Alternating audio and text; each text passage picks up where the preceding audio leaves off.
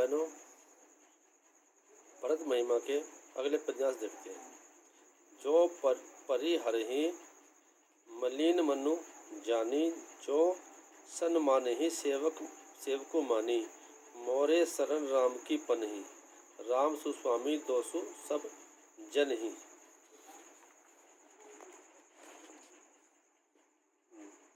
जग जस भाजन चातक मीणा, नेम पेम निज निपुण नवीणा, अस मन गुणत चले मग जाता, सकुच स्नेह शीतल सब गाथा।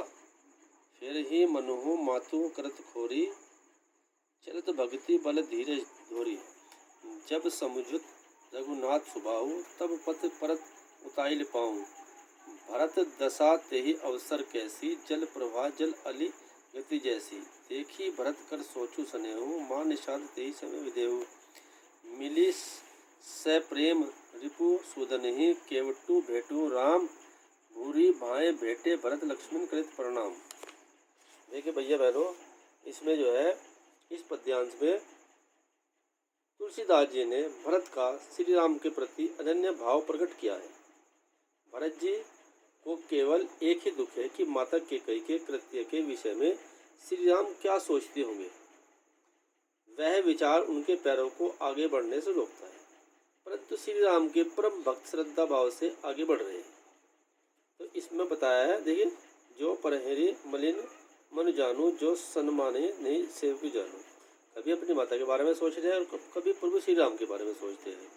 तो इसमें कवि ने बताया है कि भरत जी चित्रकूट की ओर बढ़ते हुए विचार कर रहे हैं। मन में उनके अनेक प्रकार के विचार चल रहे हैं कि चाहे राम मुझे खोटे मन वाला समझकर छोड़ दे, चाहे अपना सेवक मानकर मेरा सम्मान करे। जो सम्माने सेवक मानकर मेरा सम्मान करे, अर्थात मुझसे प्यार करे, वे जैसा समझे वैसा करे। पर मैं तो राम की जूतियों की शरण में हूँ, मोरे शरण राम की पनी। पनी होता है जूतिया, शरण माने शरण। अच्छा, और अर्थात मुझे तो उनकी कृपा पर ही भरोसा है। श्री राम तो श्रेष्ठ स्वामी है, जो कुछ दोष है वह सब सेवक का अर्थात मेरा है। राम अच्छे सेवक है, सुस्वामी अच्छे मेरे सेवक है, दोष सब जन ही मेरे ही दोष है, उनका कोई दोष इसमें नहीं है। संसार में पपीहा, चातक माने पपीहा, और मछली सचमुच सराहनीय है, जो अपने नियम और प्रेम को सदा नवीन बनाए रखने में निपुण है। अपने नाम को प्रेम को निपुण है। यही सब मन में सोचते हुए भरत जी जो है इसी प्रकार घूमते हुए सोचते हुए भरत जी मार्ग पर चले जा रहे हैं। संकोच और स्नेह के कारण, सकुच स्नेह शिथिल भय गाता। संकोच और स्नेह के कारण जो पैर आगे नहीं बढ़ पा रहे हैं। संकोच का कारण तो यह है कि उनकी माता कैकेयी जी ने श्री राम के साथ कुचाल की है, बुरा कार्य किया है। अतः न जाने श्री राम इस समय क्या सोच बैठे।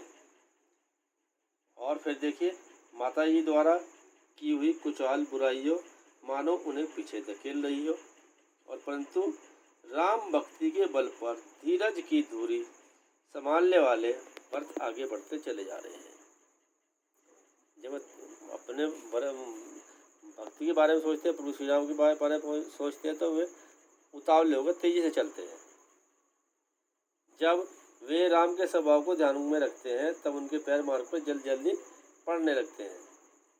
और इसी समय कवि ने जो है भरत जी के गमन की दशा के विषय में कहा है कि उस समय भरत की ऐसी दशा थी कि जल प्रवाह जल अली गति जैसी, कि जैसे जल के प्रवाह में कोई जल भोरा कभी वेग से कभी आगे रुक कर चलता है, कभी तो वेग से बहुत तेज चलता है, कभी रुक जाता है। उस समय भरत जी की चिंता और उनका स्नेह देखकर केवट जो उनके साथ चल रहे थे, वह अपने देह की विधेय शुद्ध बुद्ध जो है निषाद राज अपनी शुद्ध बुद्ध खो बैठे। उस समय जिधर देखो उधर मंगलकारी शकुन होने लगे। देखिए, भरत कर सोचू सुने हो, वहाँ निषाद तब जो है निषाद राज अपने जो है वह देह को भूल गए, और जिन्हें देख करके उनके मन में और विचार कर कहने लगा कि आप घबराए नहीं। भरत जी उन्हें कहने लगे, आपकी चिंता मिटाकर रहेंगे।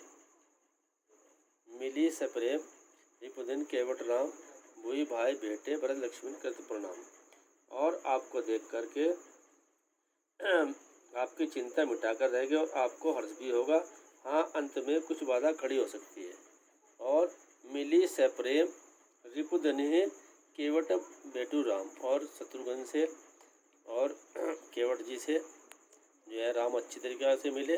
भूरी भाई भेटे भरत, और भरत लक्ष्मण कृत प्रणाम, और लक्ष्मण ने उन्हें प्रणाम करके अपने भरत जी को अपने भुजाओं में ले लिया। और इस प्रकार से आज जो है यहीं तक, अगले टर्न में आपको और आगे पढ़ा जाएगा। धन्यवाद।